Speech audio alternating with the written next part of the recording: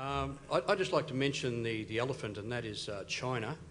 China is currently emitting more than 20% of the world's carbon dioxide emissions.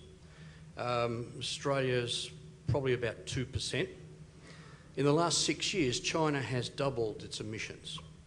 And I ask probably the economists here, why should Australians be imposed with a carbon tax while China gallops ahead? Thank you, Terry. All right. I'll answer. As I said, I actually, and just to demonstrate that this is a bipartisan matter, I was nominated by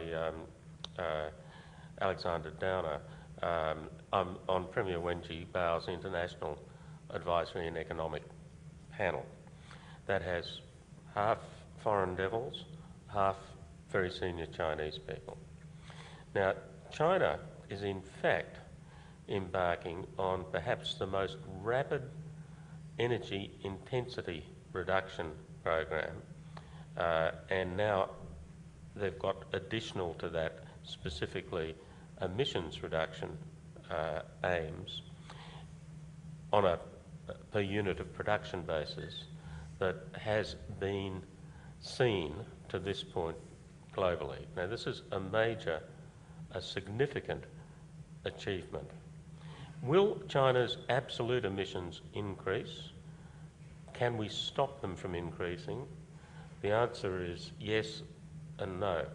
China's absolute emissions will increase, and it's unlikely that we can actually get them before about 2030 to a point where they will turn down. When you put this to the Chinese, they say two things. First of all, it is absolutely both, in their view, immoral to ask them not to develop in the interests of their people. And secondly, they say, we are not responsible for the stock of carbon that's already in the atmosphere, and our current emissions are large. They've now passed America. They're large, but they are not contributing to the climate change we currently have, and they're small. The cumulative stock is small compared with those that the West has already put into the atmosphere. And the third point they make when they look at people like us is that they say, and every Australian produces 5, 6, 7 times as many units of carbon dioxide as each Chinese. And it's very unreasonable to ask us to stay where we are. Now, this raises a difficult question. It means that there must be a level of, if we're not going to get into some sort of global conflict, a level of capacity to recognise that there will be growth in emissions from China and from India and from Brazil. That's absolute growth in emissions at a point when the West will be reducing its absolute emissions. It's a cap and convergence model.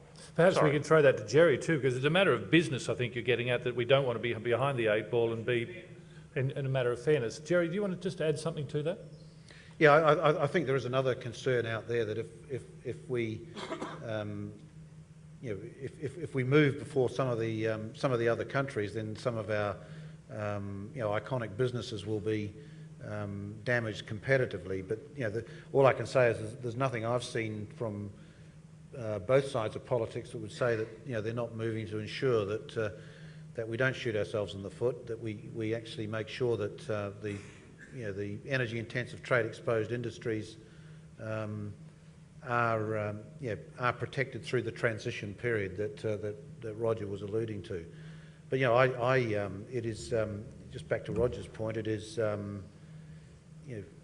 if you just think about it as a business proposition where you've actually created pollution, whether you do it inadvertently or not, but the oil industry certainly at times has created pollution.